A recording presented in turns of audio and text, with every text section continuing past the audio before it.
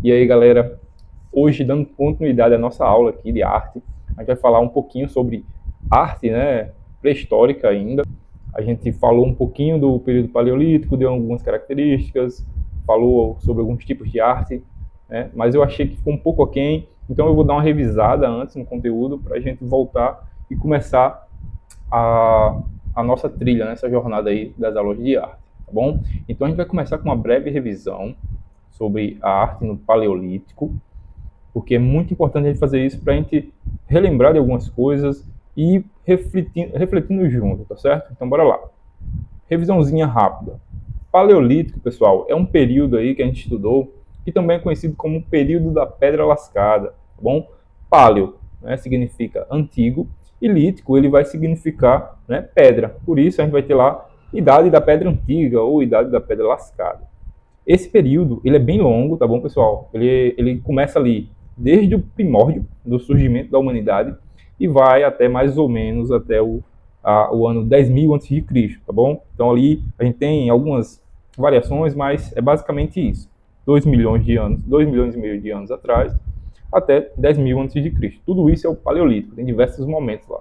Mas quando a gente estuda arte, normalmente a gente está se referindo ao período Paleolítico Superior, que é ali aproximadamente 50.000 até 10.000 anos antes de Cristo. Todo esse momento aí é o grande boom do que acontece aí em relação à arte e tudo mais. Pessoal, coisa importante, lembrar. Vejo pouca gente falando disso. Esse período, galera, é um período onde acontece grandes momentos de glaciação, tá certo, pessoal? Meu irmão, tá frio, o mundo tá frio, tá ligado? Então a galera tá torando. Então, tudo que acontece aí no Paleolítico vai refletir muito sobre essa questão ligada à sobrevivência e ao nomadismo, né? O pessoal não conseguia ficar parado num canto só porque faltava recurso, faltava animal, faltava alimento. Então, tinha sempre que estar se deslocando.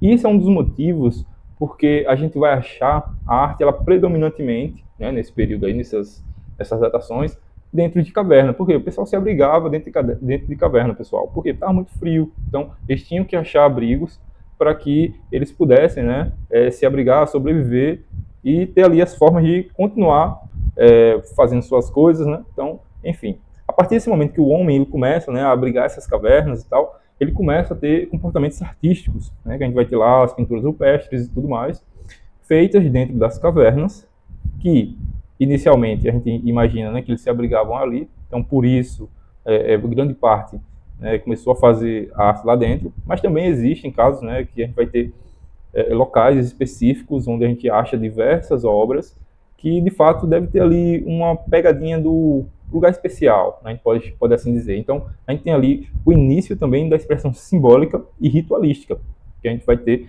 em lugares de difícil acesso, dentro de caverna lá no fundo. Características gerais a respeito da arte rupestre, pessoal. A gente vai ter produção ligada ao modo de vida caçador-coletor, como a gente disse, né? O pessoal aí vivia, né, num momento aí de escassez, então eles tinham que fazer essa migração, coletar alimento, caçar, mudar de local a toda hora. Então, tudo isso vai refletir nesse tipo de arte, tá bom? Então, a gente vai ter também aí uma forte ligação com a natureza e os animais. Então, o homem ele começa a produzir as suas expressões artísticas visando, né, a natureza, tudo que ele vê no seu dia a dia, tudo que ele faz. Então, a gente vai ter muita representação de animais e da natureza.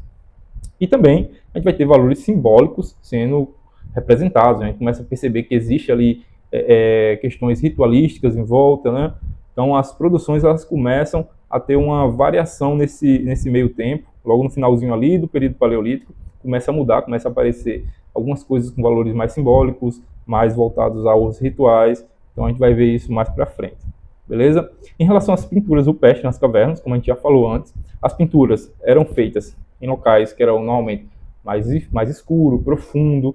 Por quê? Porque eles se abrigavam ali e também ia ter aquela questão ali, um local que é mais especial, vai ter um difícil acesso, então para chegar lá é mais difícil, então isso vai fazer com que ele seja ainda mais especial e o pessoal vai buscar fazer as coisas lá. Então o pessoal vai utilizando aquele local sendo uma forma de dizer, nossa, já fizeram isso aqui, então é porque é um local especial, é um local que vai dar certo, então a gente vai fazer tudo aqui. Então por isso que existem aí diversas cavernas com inúmeros desenhos, inúmeras pinturas, tudo em cima da outra, uma perto da outra, no mesmo paredão. Por quê? Porque tinha essa ideia, né, de que o uso daquele local ia ser de benefício.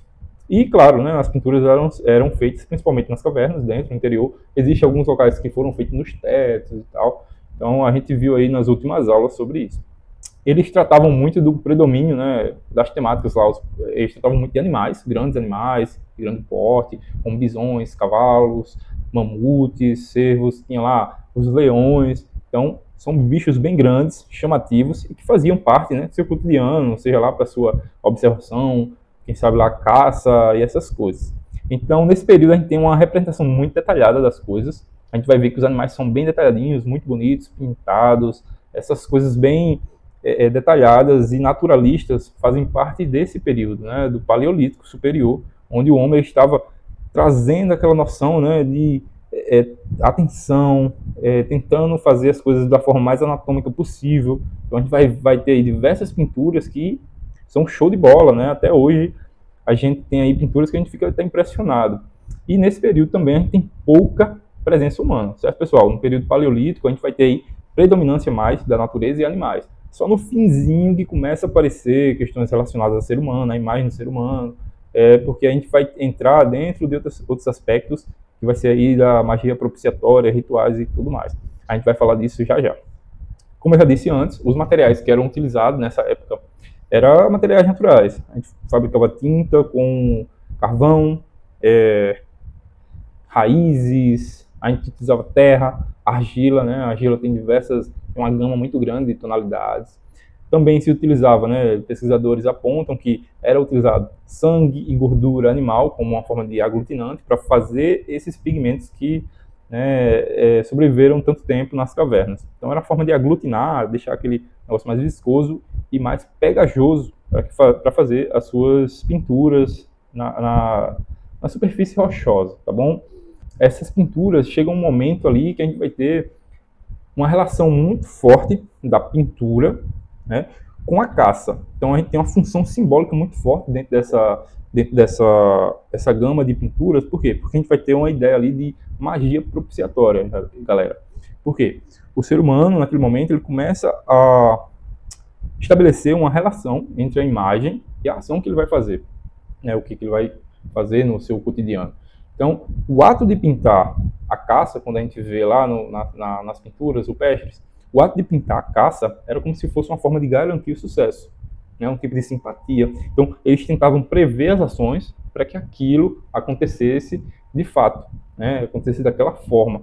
A gente pode pensar olhando para isso, tipo, nossa, professor, que coisa estranha, né? Imagina, esse cara achava que pintar ia fazer com que eles conseguissem sucesso na caça, como se estivesse prevendo o futuro. Mas se eu falar para você que até hoje a gente tem algumas coisas semelhantes a isso, né, pessoal? A gente tem até hoje essas ideias de magia propiciatória, essa coisa simbólica. Por exemplo, rituais esportivos, né? Quantas vezes eu já ouvi falar aí de pessoas que usam um par de roupa, um par sei lá, de meia da sorte, cueca da sorte, camisa da sorte, quando o timão vai jogar, para dar sorte e ele ganhar, e aí vai dar certo. Então, muita gente faz esse ritual. Existem grupos de pessoas que praticam isso. A gente tem também aquelas ideias de simpatias do cotidiano. A gente tem lá bater na porta 3 vezes para afastar o azar, não passar embaixo da escada para não ter azar no futuro, e, sei lá, usar uma roupa colorida no Réveillon, porque aí tal cor vai me dar sucesso, sei lá, sorte, saúde, enfim.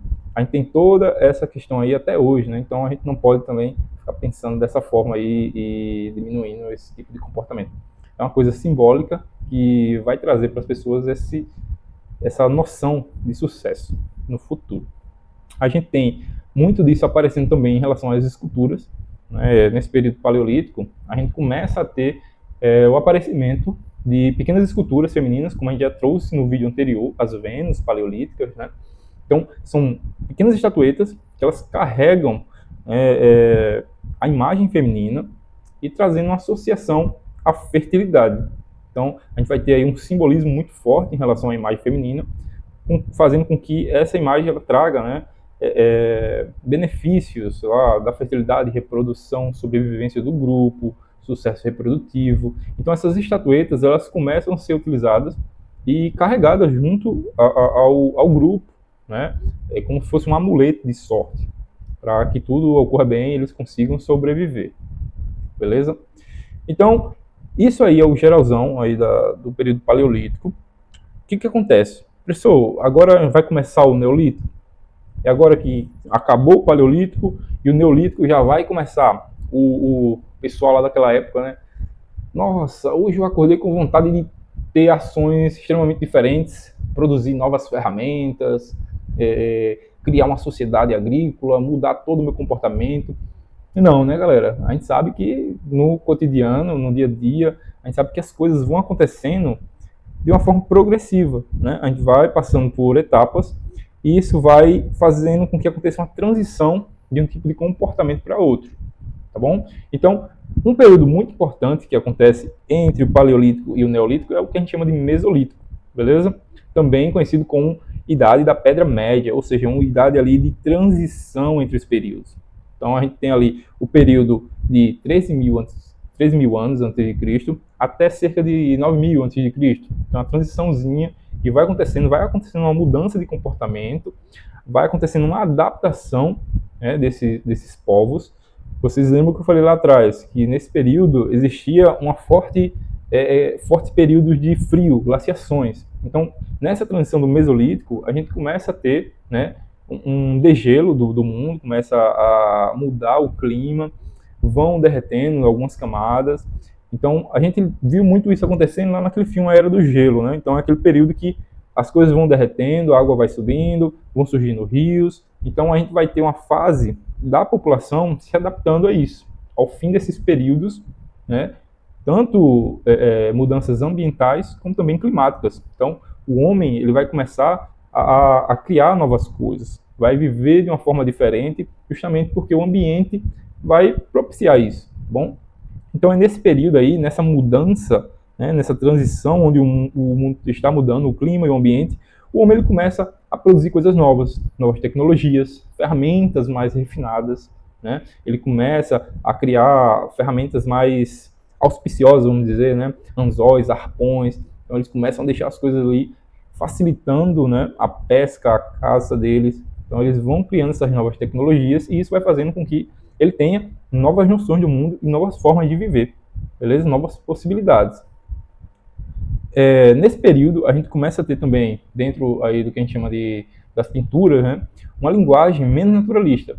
O ser humano ele começa a ter uma coisa mais esquemática, mostrando lá as caças, a imagem do ser humano e dos animais começa a se tornar mais simplificada, ele não se preocupa mais tanto, ele vai perdendo essa importância, né, da anatomia, do naturalismo tão perfeito. Então, a figura humana ela também começa a ter mais destaque. Antes eram os animais que tinham mais destaque. Agora, no Mesolítico, essa transição, a gente vai vendo a transição entre os animais aparecendo e o ser humano aparecendo mais, né? E a gente vai ter também uma ênfase nas ações coletivas, ou seja, rituais de dança, de caça, essas coisas. Então, a gente vai ter também, né, diversas pinturas rupestres que vão mostrar lá cenas, né, de sexo, de coito. Então, essas imagens elas começam a ser representadas. Isso é muito interessante. Outra coisa muito, muito interessante que a gente pode ver é a localização das pinturas. Ou seja, a gente tinha lá o homem que vivia naquela época do Paleolítico, vivendo num frio lascado, ele ia para dentro das cavernas. E já aqui o frio ele começa a diminuir, né? O ambiente começa a esquentar, então o homem ele começa a sair de dentro das profundezas das cavernas, porque ali o ambiente ficou melhor, já está dando para ficar mais de boas. Então, as pinturas elas migram das cavernas, das superfícies rochosas dentro das cavernas, e começam a ser feitas em abrigos rochosos mais abertos, em paredões, né? A arte ela começa a ser feita na luz do dia, então começa a ter lá, né, essas produções naqueles paredões rochosos, como a gente viu lá, por exemplo, na Serra da Capivara. Então, tudo isso começa a ser mais acessível à comunidade. Então, a gente tem um boom, um estouro de produção artística, arte rupestre, fora, né, das cavernas e em locais mais acessíveis. Então, paredões rochosos e outros tipos de abrigos rochosos. A gente tem também essa transição, né, das esculturas. As esculturas, estatuetas, começam a ser produzidas com mais frequência. Começa a ter também ali os proto-objetos decorativos que eles carregam consigo. Uma arte mais portátil, né? Tem as estatuetas que vai ser ali carregadas de um canto para outro, não vai ficar somente naquele local. Então isso é muito interessante. A gente vai ter aí uma questão estética sendo refinada, né? A decoração de utensílios, né, de uso cotidiano. Então, ou seja, aquele objeto ele para de ser simplesmente utilitário e começa a ser adornado. Então, isso é bem interessante da gente ir acompanhando. Ou seja, a gente vai vendo a transição da linguagem visual acontecendo. Isso é bem interessante. A sociedade, para finalizar aqui, pessoal, desse contexto do Mesolítico, a sociedade ela começa a se juntar, certo? Então ela começa a ter uma ação mais coletiva e isso vai refletir nesse período. A arte ela vai se tornar mais humana e social, trazendo essas questões de rituais, simbolismo e toda essa questão voltada para o ser humano, né? As ações que ele faz e a convivência que ele tem entre eles, né? Que eles vai ter. Então, esse período é muito importante de estudar, por quê? Porque é nesse momento que acontece essa mudança, é o que vai proporcionar a passagem para um período que a gente vai chamar de Neolítico, um período da Pedra Nova. Então é isso, galera. Esse foi o resumão sobre Paleolítico e Mesolítico, para dar uma contextualizada no conteúdo. E na próxima aula a gente vai estar discutindo aí sobre o período Neolítico, quais são as características, o que aconteceu, o que está diferente lá, beleza? Então, valeu aí, até a próxima aula.